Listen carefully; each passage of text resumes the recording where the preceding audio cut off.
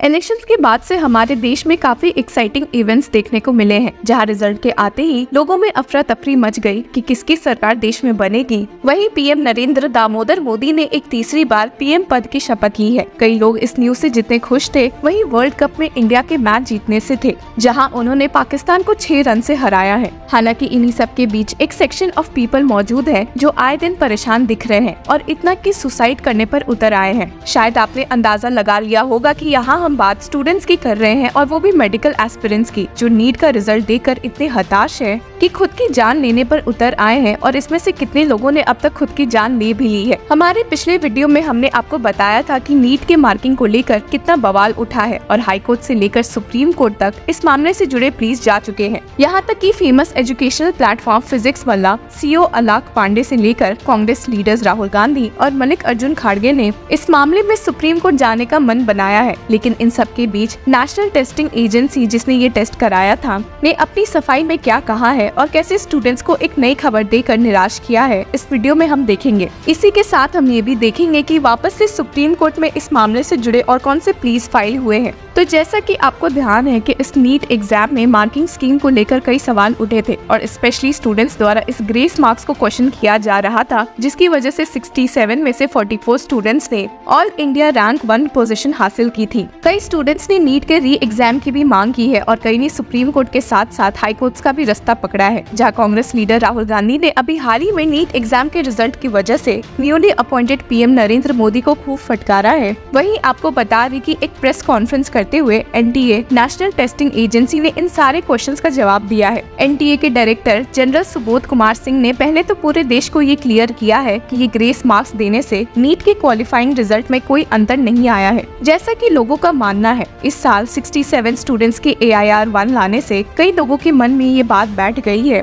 कि grace marks की वजह से इनका रैंक बढ़ा है, और इसकी वजह से ही कट ऑफ मार्क्स और हाई हो गए हैं। हालांकि ये क्लियर करते हुए सुबोध सिंह ने कहा है कि ऐसा कुछ नहीं है, and stated the awarding of grace marks has not impacted the qualifying criteria of the exam. The surge in registrations with a record 23.81 lakh students signing up for NEET UG likely contributed to the elevated cutoff marks observed in the 2024 edition। हालांकि ऐसा कहते हुए उन्होंने उन medical aspirants की उम्मीद पर पानी फेर दिया जो कि री एग्जाम की मांग कर रहे थे, और साफ साफ इससे मना कर दिया है। जी हाँ, आपने सही सुना। एनटीए ने जहाँ री टेस्ट से मना किया है, आपको बता दें कि उन्होंने ये क्लैरिफाई किया है कि वे उन 1563 कैंडिडेट्स के रिजल्ट को रिव्यू करेंगे जिन्हें की ग्रेस मार्क्स दिया गया है। इस खबर से स्टूडेंट्स में एक नई उम्मीद की किरण उठी है, पर वहीं ये 1563 कैंडिडेट्स काफी परेशान हो गए हैं कि कहीं उनके एडमिशन प्रोसेस में कोई दिक्कतें न आ जाए। लेकिन इसके बारे में भी सुबोध सिंह ने स्टेट किया है कि the review of results of the affected candidates will not impact the admission process. सिर्फ यही नहीं, आपको बता दें कि एनटीए ने इस मामले की जांच के लिए एक कमेटी बैठाने का ऐलान किया है, and the panel will consist of 4 members chaired by a former UPSC chairperson who will be examining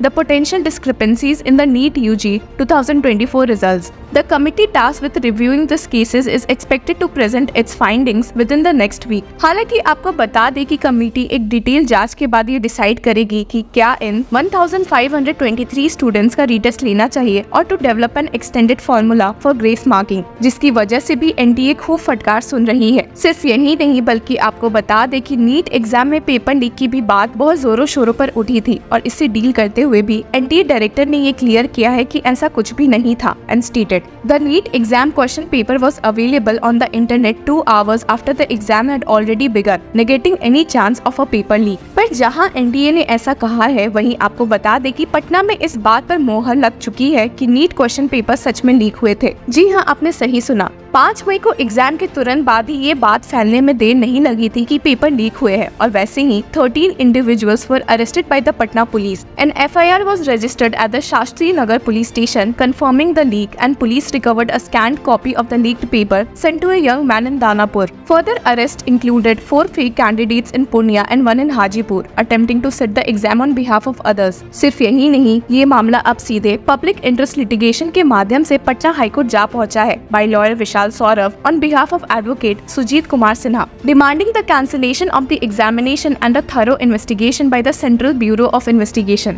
जहां पटना हाईकोर्ट में इस मामले में जांच होगी और केस की सुनवाई होगी, वहीं आपको बता दें कि इस मामले की जांच अब the economic offences unit of Bihar police द्वारा हो रही है। Who has revealed that brokers charged aspirants between ₹30 lakh and ₹50 lakh for the leaked papers। The brokers allegedly provided the question paper to around 35 candidates the day before the exam। और साथ ही साथ इस मामले में अब 8 member special investigation team led by EOU SP Madan Kumar Anand has been formed to investigate the scandal। इन सारे allegations के बीच आपको बता दें कि एक allegation NTA के खिलाफ ये भी लगा था कि कैसे उन्होंने भला रिजल्ट इतनी जल्दी डिक्लेयर कर दिया था, जो कि 14 जून को होने वाला था। जैसा कि आपको ध्यान होगा कि ये एग्जाम 5 मई को हुई है और इसका रिजल्ट 4 जून को ही आ गया था, यानी कि एग्जैक्ट 30 दिनों के अंदर। और इसके खिलाफ भी आवाज उठी थी कि 18th लोकसभा इलेक्शंस के रिजल्ट को ध्यान में रखते हुए सेम डेट फिक्स की गई थी। इस मामले में एनडीए ने एक प्रेस रिलीज में कहा भी था कि वे आए दिन रिजल्ट प्रोसेस में स्पीड ला रहे हैं, इसलिए भी इतनी जल्दी रिजल्ट निकला है।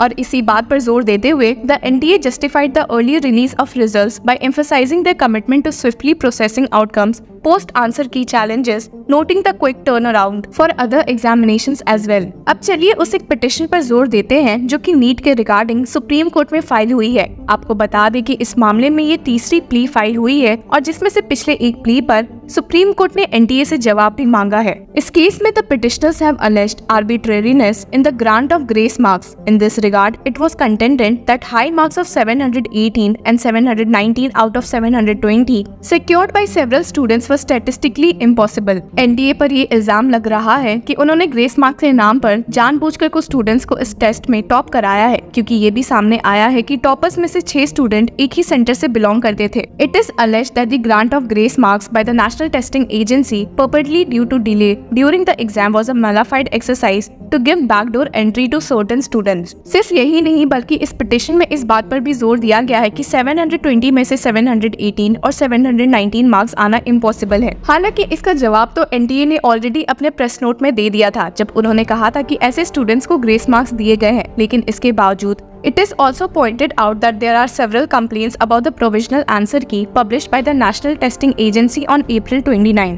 आपको बता दें कि the present petition has been filed by Mr. Abdullah Mohammad Faiz and Dr. Sheikh Roshan Mohiddin, natives of Telangana and Andhra Pradesh respectively। आपको ऐसे ध्यान होगा कि सुप्रीम कोर्ट के पास पिछले प्ली में ये भी मांग आई थी कि उन्हें इस रिजल्ट पर स्टे लगा देना चाहिए था, लेकिन इस बात से सुप्रीम कोर्ट ने साफ मना कर दिया था। इस केस में the petitioners also seek a stay of the counselling to be conducted for NEET UG 2024 admissions till the investigation into the alleged paper leak is completed। Further, the constitution of a special investigation team to investigate into the alleged malpractices in the conduct of the exam is also sought। Supreme court के अलावा Delhi high court और Calcutta high court दोनों जगह भी कई please file हुई है और आने वाले समय में और हो भी सकती है, इसलिए देखते हैं कि इस मामले में एनटीए का नेक्स्ट कदम क्या हो सकता है। Till then, keep following Law Chakra।